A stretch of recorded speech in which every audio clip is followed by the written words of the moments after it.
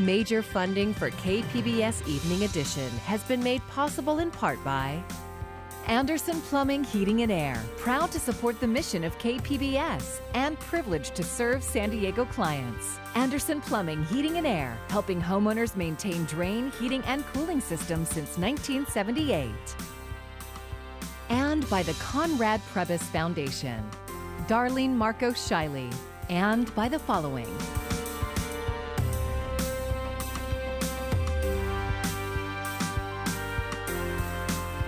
And by viewers like you. Thank you.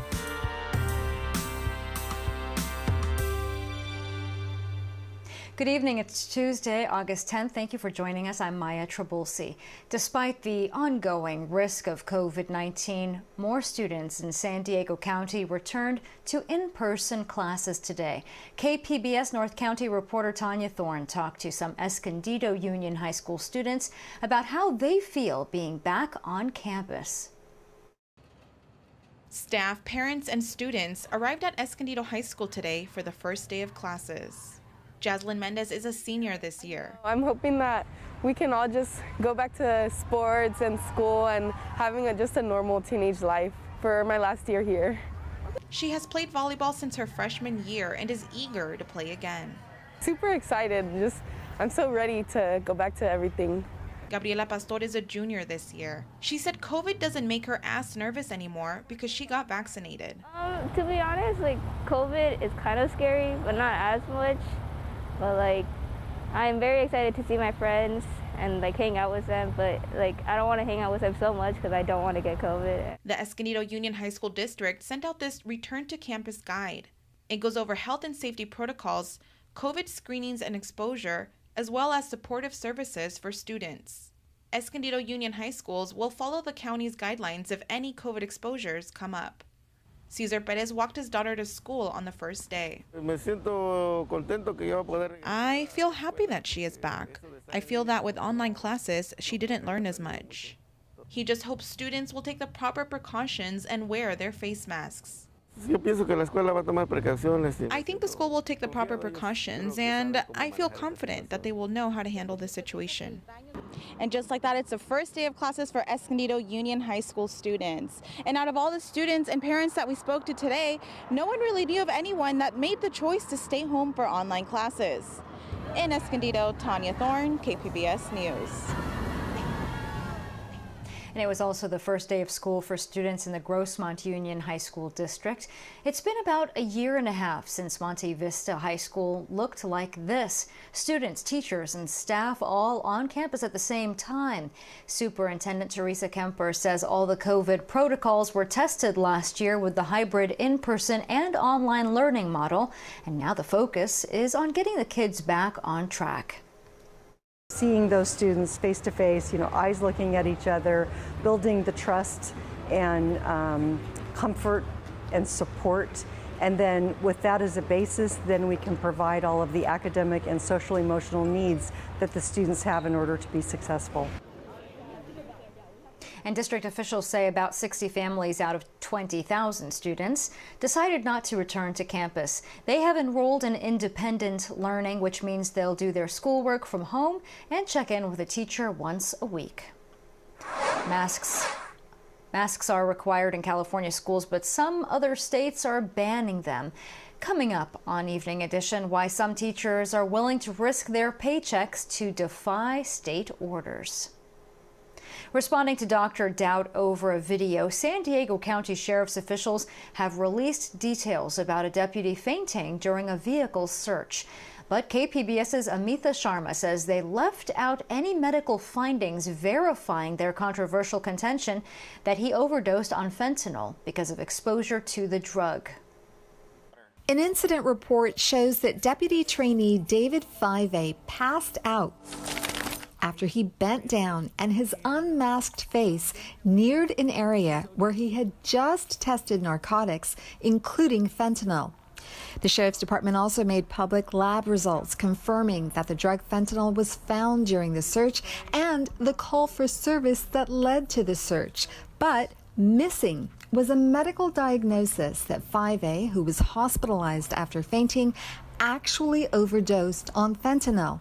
Sheriff Bill Gore told the Union Tribune Monday that he, in fact, is the one who made that determination. Under Sheriff Kelly Martinez told KPBS something different last week. We don't have any other explanation. That's the only thing, and that's what the paramedics believed happened, and that's what the doctors at the hospital believe happened to him. Gore declined an interview with KPBS. Amita Sharma, KPBS News. Dominion Voting Systems is filing a defamation lawsuit against San Diego-based One American News Network. The suit accuses OAN of allegedly spreading misinformation, suggesting the company's vote-counting machines had a role in rigging the 2020 presidential election. Newsmax is also named in complaints filed today. OAN did not immediately respond to a request for comment. After months of sexual harassment allegations and calls for resignation, today Andrew Cuomo announced he would step down as governor of New York. The best way I can help now is if I step aside and let government get back to governing. In my mind, I've never crossed the line with anyone. This is not to say that there are not 11 women who I truly offended. There are. And for that, I deeply, deeply apologize. The Democratic governor denied allegations in a New York Attorney General investigation, which found he sexually harassed nearly a dozen women. The resignation is effective in 2 weeks when Lieutenant Governor Kathy Hochul will take over. The massive $1.2 trillion infrastructure bill has passed the Senate. It now goes to the House of Representatives, where it faces an uncertain future. Isabel Rosales has a breakdown of the billions set to come to states should it pass. It's the biggest infrastructure bill out of Capitol Hill since FDR's New Deal. The bill, as amended, is passed. After months of heated negotiations, a rare bipartisan victory in the Senate. Here on this bill, we prove that we can still come together to do big things, important things for the American people.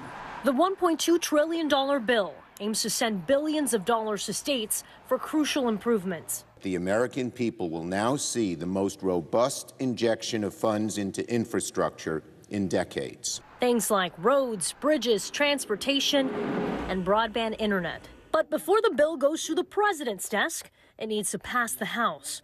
Speaker Nancy Pelosi says she won't take up the bipartisan bill until the Senate passes the larger social and environmental infrastructure package. We can't let this opportunity pass. Senate Democrats already forging ahead, moving to take up that $3.5 trillion budget resolution. They say invests in families, climate, health care, and jobs. We are moving on to a second track, which will make generational transformation. But Republicans and some moderate Democrats balking at the price tag, the partisan process, and the failure to address the U.S. national debt. This reckless taxing and spending spree is nothing like we've seen. In Washington, Isabel Rosales, KPBS News.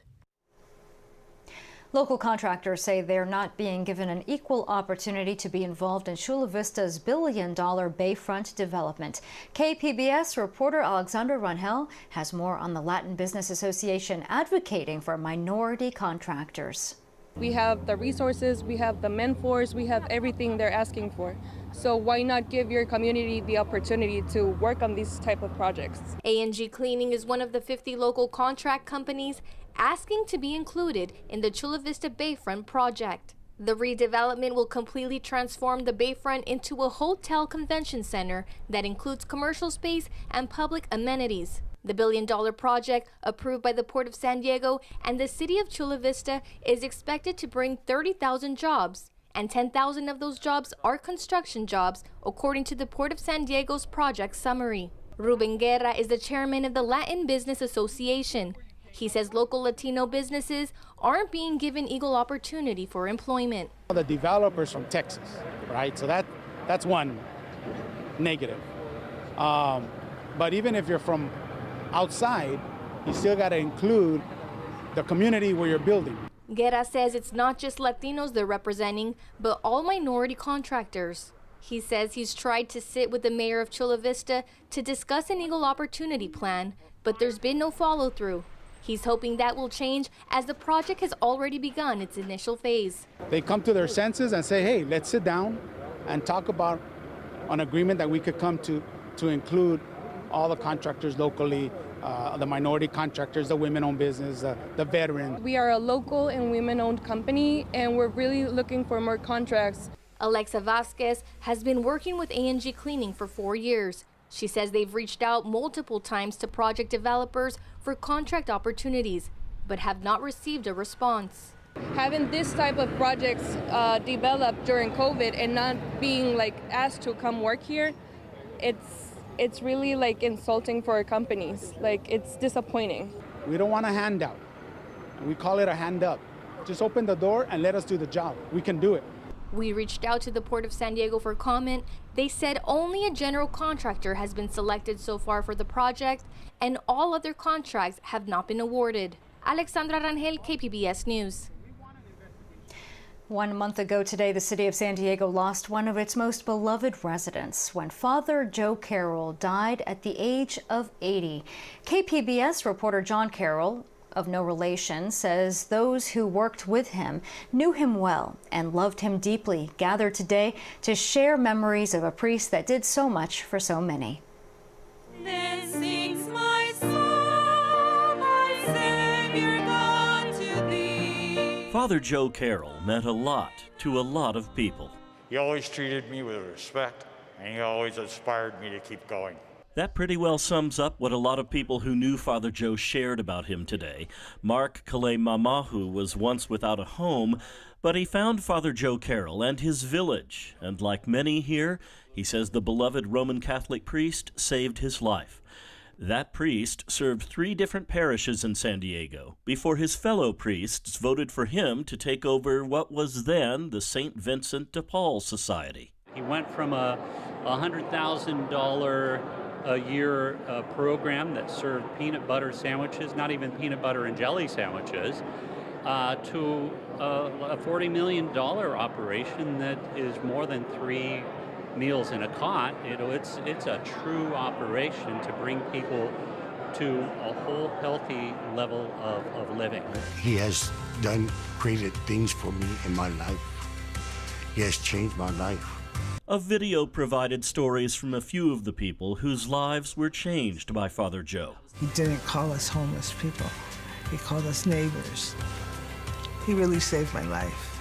He knew that what he was placed here to accomplish, that he did that as best he could, and that he now was passing it on to others to continue in that work and build on that legacy. Less than a mile away from the convention center, where so many wonderful memories were being shared of Father Joe Carroll today, is concrete evidence of his work in this city. Father Joe's villages, and here, just about a block away, the St. Teresa of Calcutta Villas. When it's finished, it'll provide about 400 units of housing. A fitting legacy for a man who devoted much of his life to helping his fellow San Diegans, his fellow human beings, or as he might call them, his neighbors. John Carroll, KPBS News. The military health system in San Diego is prepared to vaccinate all troops against COVID-19 as soon as it becomes mandatory. KPBS military reporter Steve Walsh says this comes as they roll out a new combined health care system for troops and their families. The naval hospitals at Balboa and Camp Pendleton have already administered roughly 250,000 doses of COVID vaccine since it became available. It's actually a fraction of the vaccines already given out by the 2 hospitals each year, says Rear Admiral Tim Weber, Director of Navy Medicine in San Diego. They give 500 to 600 million vaccines every year. So, we know how to do vaccines. We know how to do vaccines at a mass scale because we do it every year. The Pentagon has asked the president to require the vaccine for active duty troops. Roughly 70% of active duty troops here in San Diego have been vaccinated, in line with the rest of the military. Still, there has been resistance, says Captain Kim Davis, Director of Naval Hospital San Diego. We've educated folks where we can. We know that any vaccine can have potential side effects. However, we also know that the long-term consequences from COVID-19 infections can be extremely severe.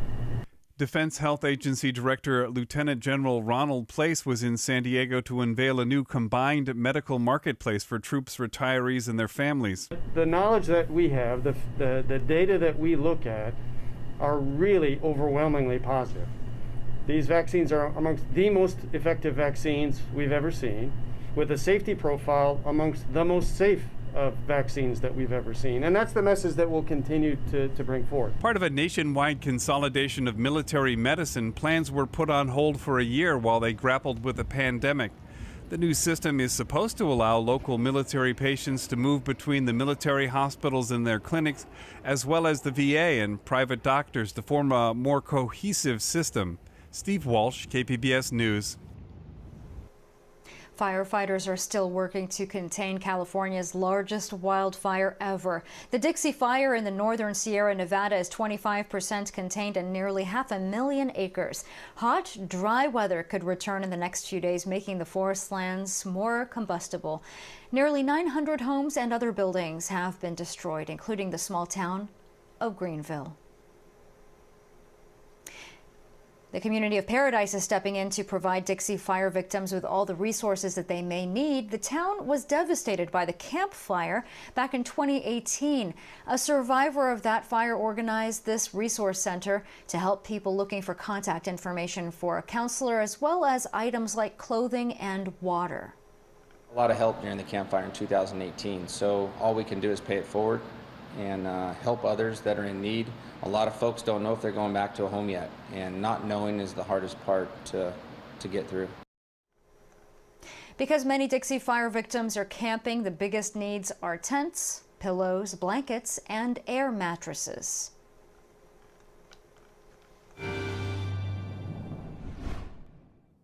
The monsoon moisture is going to bring the possibility of some flash flooding, mainly in the desert and in the higher terrain here as we move through the rest of your Tuesday and into Wednesday. After that, it looks like things are going to dry out and temperatures in some spots are actually going to be warming up just a little bit as we move into your weekend. Right now, again, flash flood watches posted here for some of the higher terrain.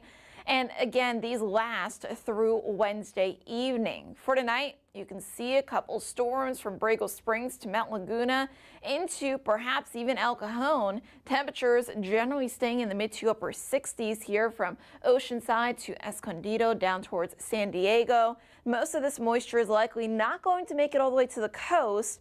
We'll continue to watch that here for tonight. Moving ahead to Wednesday, here's that monsoon moisture, southeasterly push. Some of that gets into some of the mountains and into the deserts here of Southern California, but just north of there, the heat is going to continue here on Wednesday. Temperatures in Oceanside getting up to 80 degrees on Wednesday. Chula Vista getting up to 80, 92 in El Cajon. Again, you can notice some showers and storms bubbling up here during the afternoon hours. It's going to be mainly confined, though, to the mountains and perhaps some of the desert regions here. Isolated coverage of some of those storms that will quiet down as we move into Wednesday night. And Thursday, it's a return to the typical warm pattern here and dry conditions here for your Thursday. Near the coast, temperatures generally sitting in the low 80s, pretty seasonable, perhaps just a degree or two above what is normal for this time of year. Further inland, mostly sunny, warm temperatures, warming up actually into the mid-90s by the time we get into Saturday and Sunday of this coming weekend. In the mountains, a few storms possible here on Wednesday. We dry up Thursday, Friday, but we could see some of that moisture returning as we move into the weekend. And in the desert, again, similar story. A couple storms possible here Wednesday, and then perhaps a little bit more for this weekend. For KPBS News, I'm meteorologist Jessica Pash. As more children and teachers head back to the classroom, the debate over whether to mask up shows no signs of slowing down. Governors in Texas and Florida have forbidden school districts from putting mandates in place. But with a record number of children hospitalized for COVID-19, Steve Nannis reports some are willing to risk their paycheck to defy state orders. Are you going to bully him into wearing your mask? Protesters gathered outside a school board meeting Tuesday morning in Broward County, Florida, as the district voted to defy an executive order by Governor Ron DeSantis and implement a school mask mandate. We want to take masks off our children. That should be our choice. You choose to mask your children, fine. So far, at least 2 districts in the state say they will. We were advised to start school with all the mitigation factors that we could employ, and masking was one of them. Even with Governor DeSantis doubling down and threatening to withhold superintendent and school board pay if they do. We're going to do whatever we can to vindicate the rights of parents. Some school districts in Texas also pushing back against the same executive order from their governor and say they will require masks for students and staff. If we don't do anything, it could go as many as 2,000 new cases every day by the end of the month. So I felt it was time to step in. Medical experts say the mandates are necessary to keep those too young to get vaccinated safe, with increasing numbers of children being hospitalized with COVID. I'm sorry. I mean, I know people must like to have their individual freedom and not be told to do something, but I think we're in such a serious situation now that under certain circumstances, mandates should be done. Steve Nannis, KPBS News. Top U.S. health officials continue to say getting vaccinated is the best way to protect yourself and others from COVID-19 and the highly contagious Delta variant. But as Mandy Gaither reports, a recent study from the CDC highlights the importance of COVID survivors rolling up their sleeves.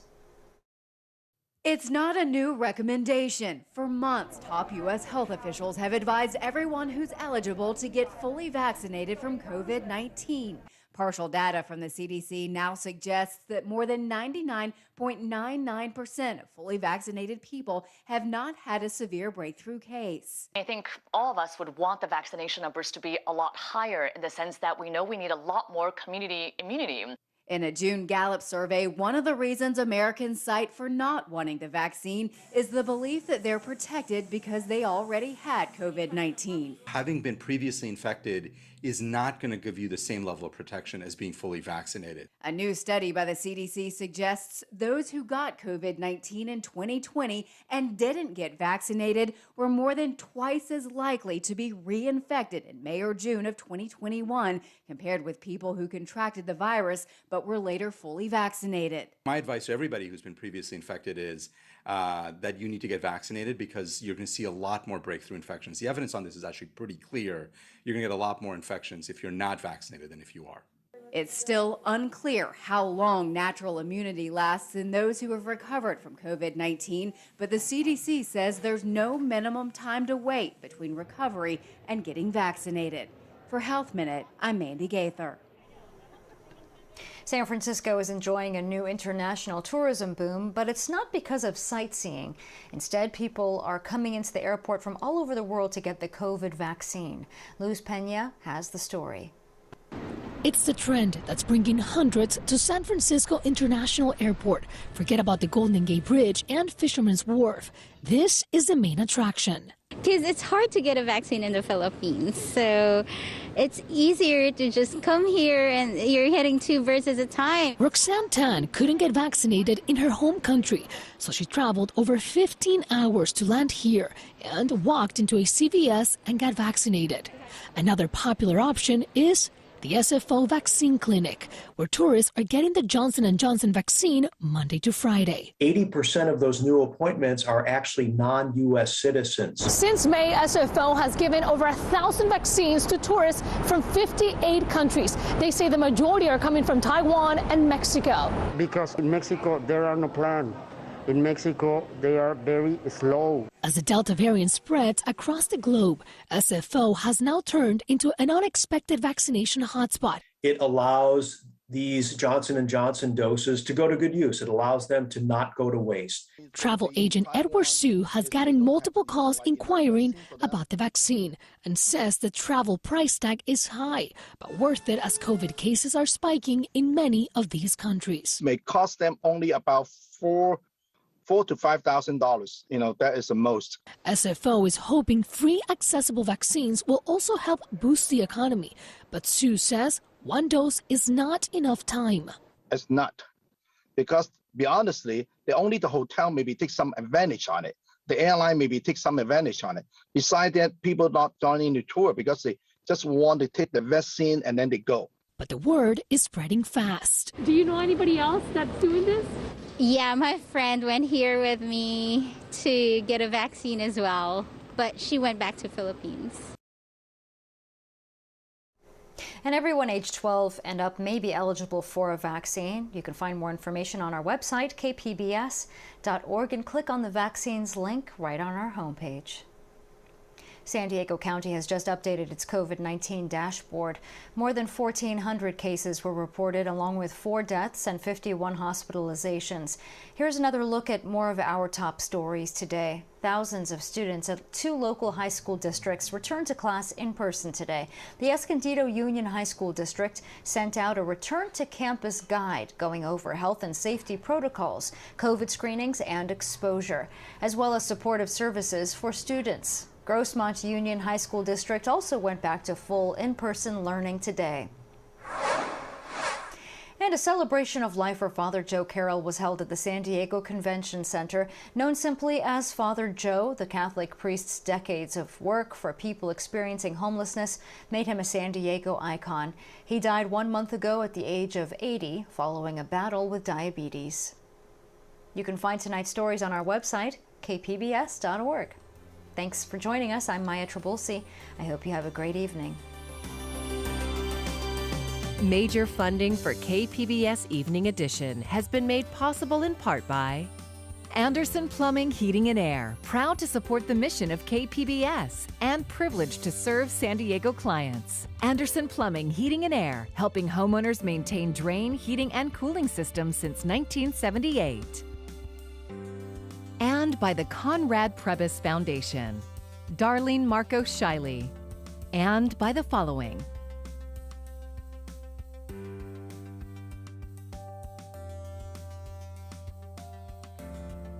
And by viewers like you. Thank you.